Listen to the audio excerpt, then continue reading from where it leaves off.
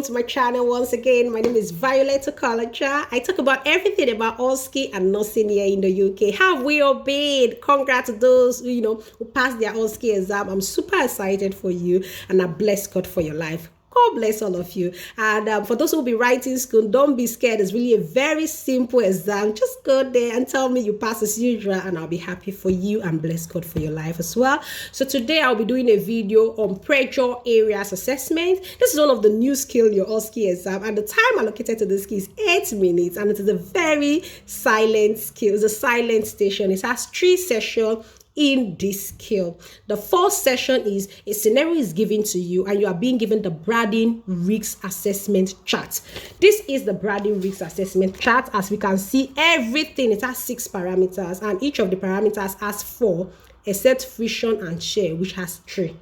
So the higher the score, the less risks the patient is liable to develop pressure sore or pressure ulcer. And in the second session, they will tell you, with your clinical knowledge, identify the most vulnerable areas of pressure risks. And we all know the areas. We have the ears, we have the sacrum, we have the ischial tuberosity, which is the buttocks, we have the elbow, we have the temporal region of the skull, we have the shoulder, we have the femoral contractor, which is the hips, we have the back of the head, we have the toes, we have the ears, we have the spine, we have a whole lot. You're expected to list 8 in this area.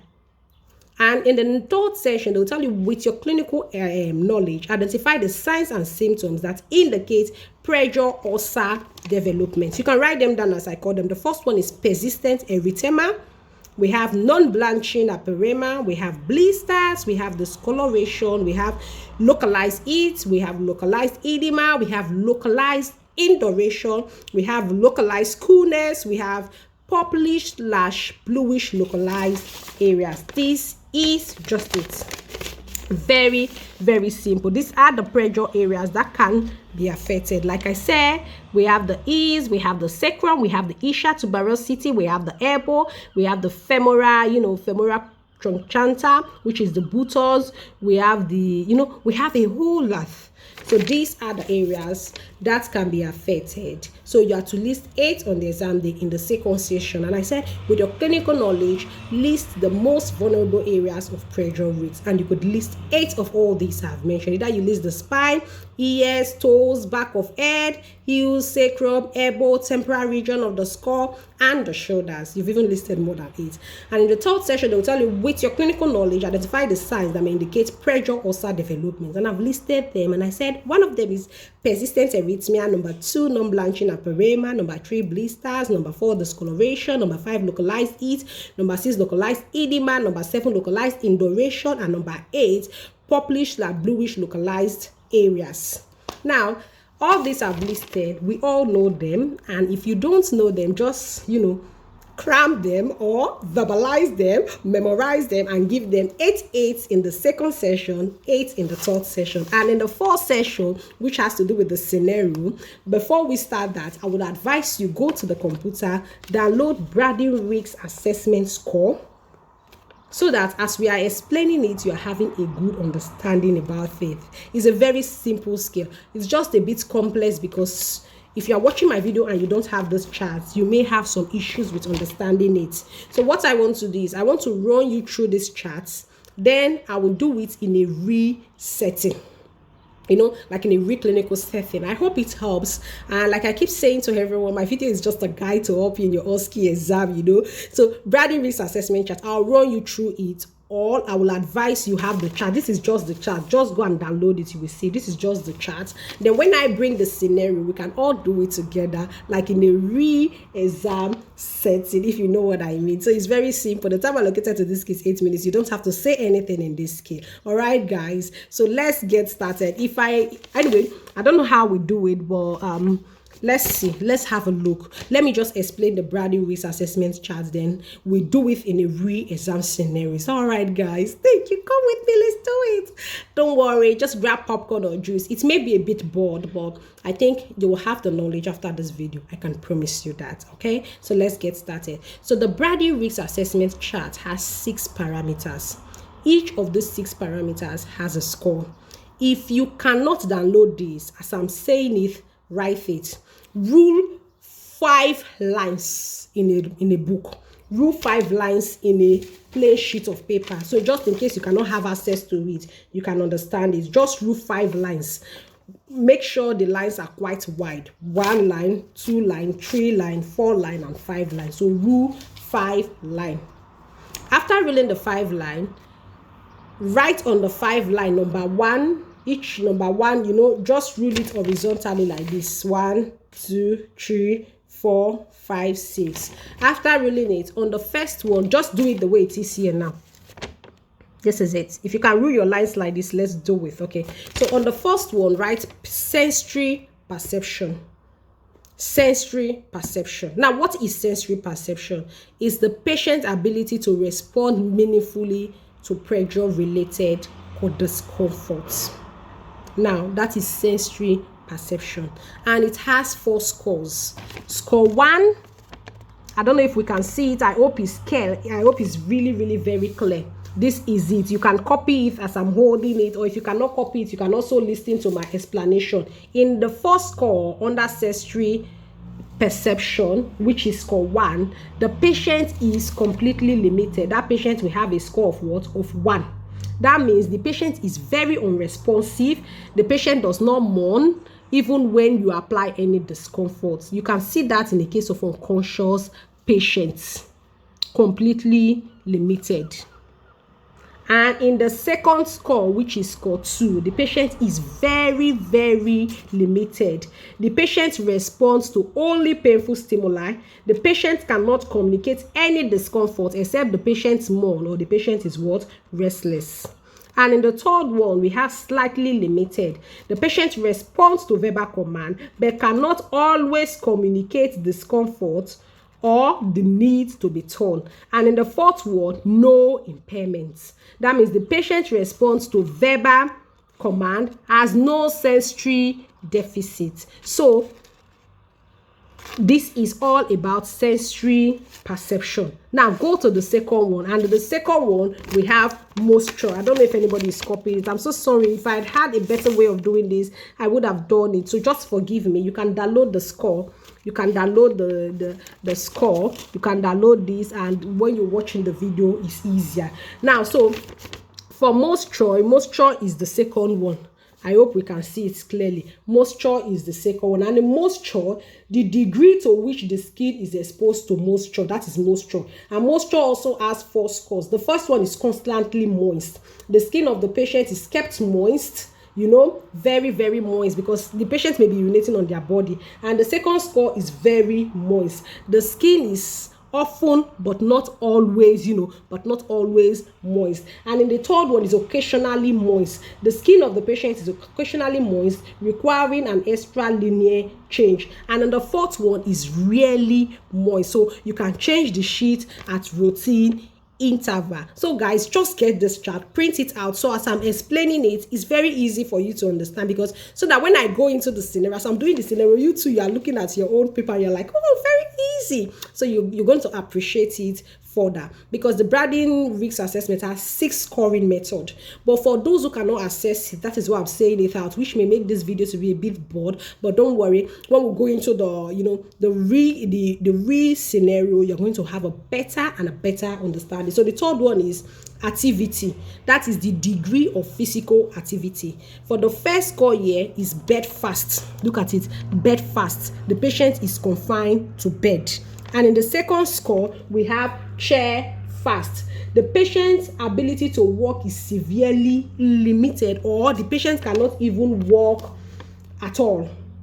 That is for chair fast. And in the third one, under the activity, the patient walks occasionally during the day, but for a very short distance with or without assistance.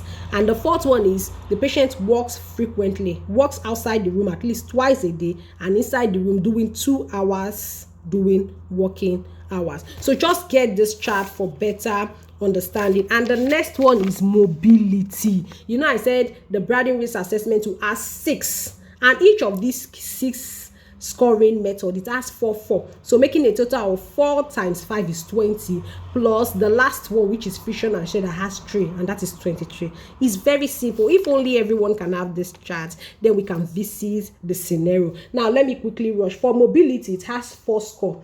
Completely immobile, very limited, slightly limited, and no limitation. For nutrition, we have 5. Nutrition has 5. Nutrition has 4. And like I said, each of them has 4, except friction and shear that has 3, making a total score of what? Of 23. All right, so let me go to the scenario. Let me not bore you. Just have this, and let me go to the scenario. Let me not bore you. Now, this is my re-exam setting. Now I have my black pen. This is my re-exam setting. Now, this is my skill. Mrs. Ellie is a 78-year-old female diagnosed with heart failure. The patient is alert and oriented.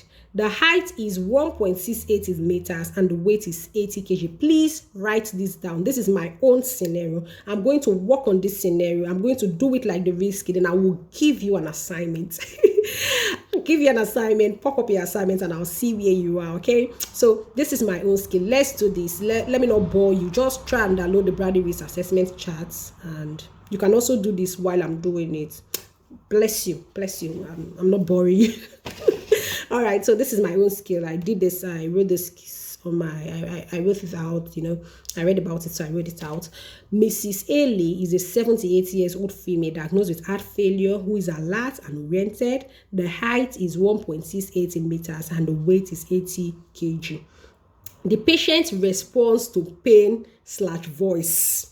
Now, see how simple it is. The patient responds to pain and voice. Now, in sensory perception, it has 4 score. And in the first one, they said sensory perception has 4 scoring too. And in the first one, what is sensory perception? The ability of a patient to respond to any discomfort. And here they are telling you that the patient responds to pain and voice. Let's look for it now. In the first one, they say completely limited. The patient is unresponsive, so it cannot be, because our patients here, they said response to pain and voice, so it cannot be completely limited, so no score of 1 here. And in the second one, they say very limited. The patient responds to painful stimuli but cannot communicate discomfort. But they say our patient can respond to pain and voice, so that means our patient can communicate discomfort, so it is not very limited. So let's go to slightly limited. The patient responds to verbal command but cannot always communicate discomfort or needs to be torn. Cannot always, but they say our patient responds to pain and voice. And look at the fourth one where they said no impairment. They said our patient responds to verbal command, has no sensory deficit that will limit ability to feel. So this is it, no impairment, because the patient they said response to pain and voice. So you can see they try to use synonyms, the same meaning but just different words. They said Mrs. Ellie responds to pain and responds to voice. So the best one that matches this is no impairment, which is the patient responds to verbal command. The patient has no sensory deficit that will limit the ability to feel or voice pain or discomfort. So the score for this patient is what? Is 4, no impairment. So if it's a re-exam, you write 4 here. You see it? So I write my own 4 here. So I've written 4 here. Remember, it's a silent station. I'm only explaining this for us to get the logic behind it. Now, let's go to the second one. Sorry, write this down. Or do you want me to, I don't know how to do this video. Do you want me to read the whole scenario while you compare, I don't know how we want it. Well, the skill is really very simple. Just if you understand it, I don't know, but I'll read the whole scenario again at the end. The second one says the patient is able to walk short distance to the chair with assistance. The patient is able to walk short distance to the chair with assistance. Now, you look at it. I told you this will be given to you in the exam, so you don't need to cram anything. You just need to bring out your eyes and begin to look at it. The patient is able to walk short distance with assistance to the chair. Now, let's go to activity. Activity is the third one. Remember, it will not be the way it is here. 1, 2, 3. No. So now you can see the first point they gave us, patient response to pain/voice. We found it on sensory perception. And the second point, able to walk short distance to the chair with assistance, it can be found under activity.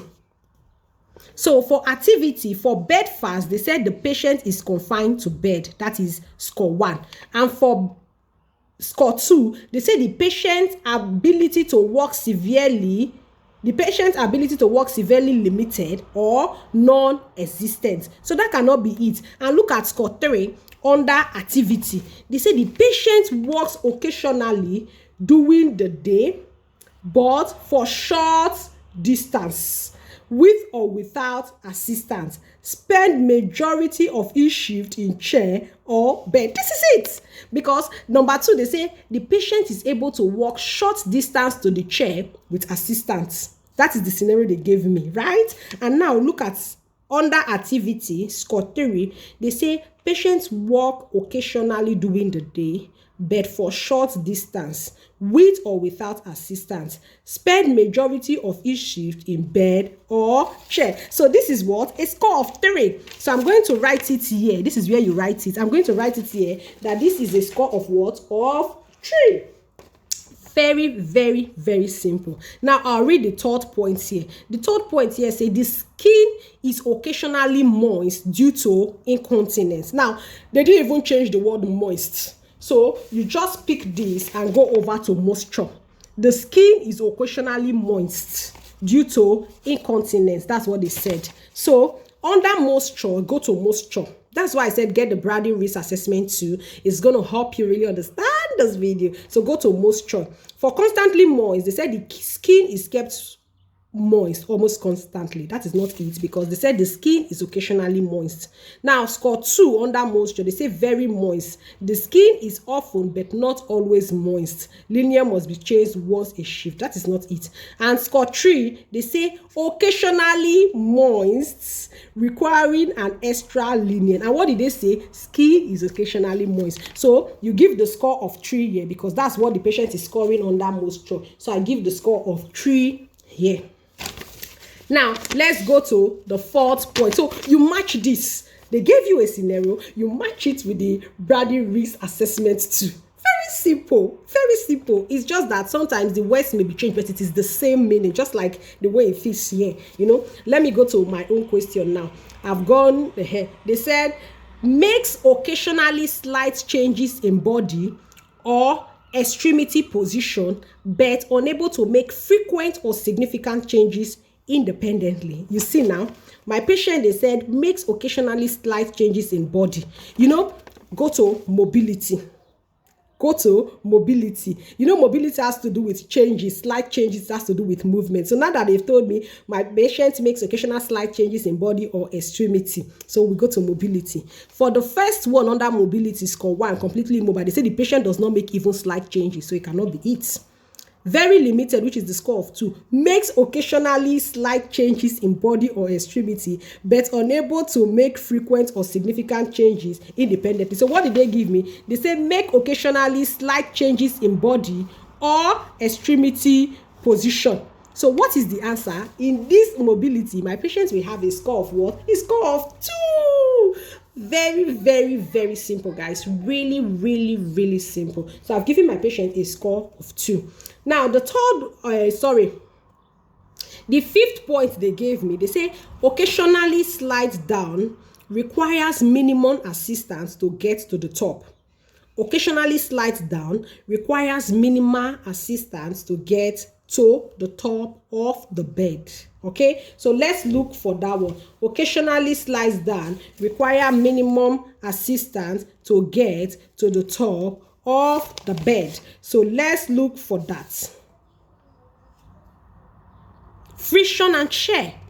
In friction and shear, the first one, they said problem requires moderate to maximum assistance in moving. That is not what they said, because they said my patient occasionally slides down but require minimum assistance to get to the top of the bed. Now friction score 2, potential problem. They say moves feebly or requires minimum assistance. Yes, requires minimum assistance. And look further what they said. They said doing a move.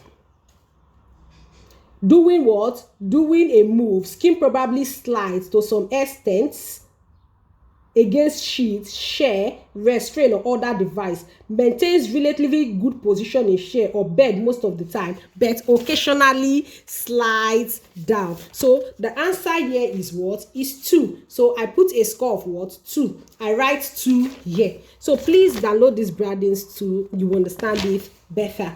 And the next point they gave me, they said ongoing prescription/order remains on TPN regimen which meets most of the nutritional needs. Dietitian prescribed TPN feed at 183 meals per hour, ongoing OT and PT. So we go to nutrition. What is my patient taking? They say my patient is taking TPN feed. TPN feed, and they said the TPN feed meets most of the nutritional needs. So now I go under nutrition. The first point under nutrition is score 1. They say very poor. The patient never eats, and the patient is on NIPA oral, so that should not be the answer. And in number 2, they said probably inadequate. They said the patient rarely eats a complete meal. So the patient is eating, but the patient is not eating a complete meal. And they said the patient receive less than optimum amount of liquid diet or tube feeding. This cannot be it, because they say my patient remains on TPN regimen, meets most of the nutritional needs. So the TPN feed meets most of our nutritional need. So I go to under nutrition, I go to score 3. They say the patient eats over half of meal, or the patient is on tube feed or TPN regimen, which probably meets. So this is probably my answer, and it's what? Is a score of 3. So now I've finished all the 6 points. What do I need to do? I need to calculate the 6 points. 4 plus 3 is 7. 7 plus 3 is 10. 10 plus 2 is 12. 12 plus 3 is 15. 15 plus 2 is 17. So you write the total score here. So my patient is having a total score of 17. So I'll verbalize to the assessor. But before you do that, make sure you go to the second. This is the first session. I told you it's 3 sessions. The second session. And in the second session, what are they telling me in the second session? In the second session, they are asking me, they say, with your clinical knowledge, identify the most vulnerable area of pressure risks. With your clinical knowledge, identify 8 most vulnerable area of pressure risks. If you don't know this, cram it. If you cannot cram it, verbalize it. If you cannot verbalize it, remember it. So now I'm writing my second session. Number 1, I'm writing heels. Number 2, I'm writing sacrum. Number 3, I'm writing ischial tuberosity. Number 4, I'm writing elbow. Number 5, I'm writing temporary region of the skull. Number 6, I'm writing shoulder. Number 7, I'm writing toes. Number 8, I'm writing what? Spine. Very simple. This is my second session. I've completed it. And in the third session, they are telling me now again, with your clinical knowledge, identify signs and symptoms that indicate pressure ulcer development. I take it again. With your clinical knowledge, identify 8 signs and symptoms that indicate what? Pressure ulcer development. Now, I go over. I'm writing. The first one, I'm writing persistent erythema. Persistent what? Erythema. The second one, I'm writing non-blanching hyperemia. You see now? The third one, I'm writing blisters. The fourth one, I'm writing discoloration. The fifth one, I'm writing localized heat. The sixth one, I'm writing localized edema. Bless you guys, it's really very simple. The seventh one, I'm writing localized indurations. And in the 8th one, I'm writing purple. So maybe I'm not pronouncing it well. Purplish localized area. And I finish. I go to my assessor. Assessor, my patient is having a total Braden score of 17. That means my patient has a very low risk of developing pressure ulcer or pressure sore. Very simple, guys. That is all about pressure areas assessment. It is so simple. The only thing is just download this and match it. So I'm giving an assignment. When you've downloaded this, that is the Braden risk assessment chart, I'm giving an assignment now to help you understand the point very better. So this is my assignment for you. Submit the assignment by, just like I keep a video and you reply. So submit the assignment by that and tell me the score, the patient score. Then list 8 pressure areas. With your clinical knowledge, list for me 8 pressure areas. And that's the second session. And in the third session, with your clinical knowledge, list for me 8 signs and symptoms of pressure ulcer or pressure source. Now, so take your question now. Mrs. J.A. is 72 years old female, diagnosed with heart failure. The patient is alert and oriented. The patient is 1.70 meter tall and the patient is 80 kg. Now, the first point here is the patient occasionally slides down, require minimum assistance to get to the top of the bed. The first point is the patient occasionally slide down. So you can write that number 1. Patient occasionally slide down, require minimum assistance to get to the top of the bed.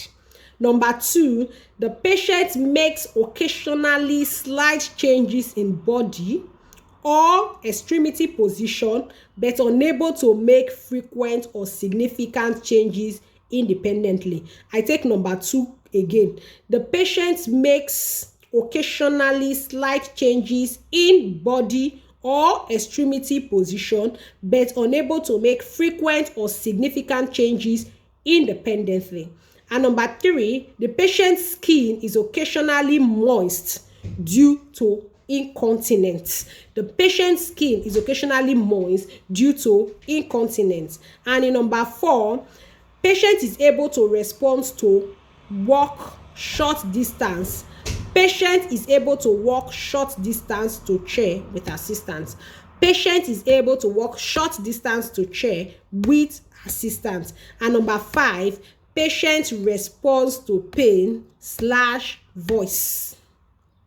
Patient responds to pain/voice. When you've written that number 5, go to another column, write ongoing prescription/order.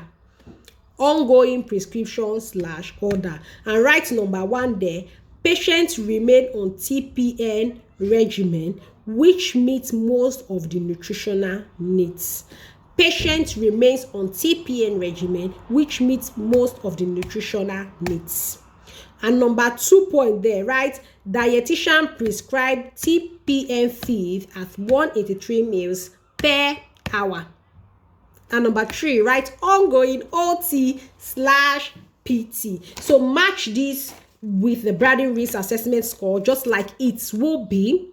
Then write for me 8.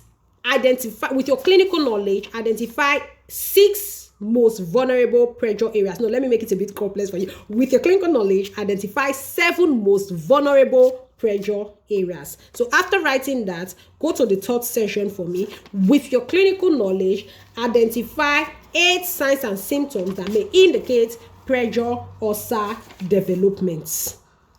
So in your exam, you are permitted to measure in your exam you are permitted to mention at least 7 pressure areas and at least 7 signs and symptoms that may indicate pressure area, pressure ulcer or pressure sore. It's a very, very simple skill.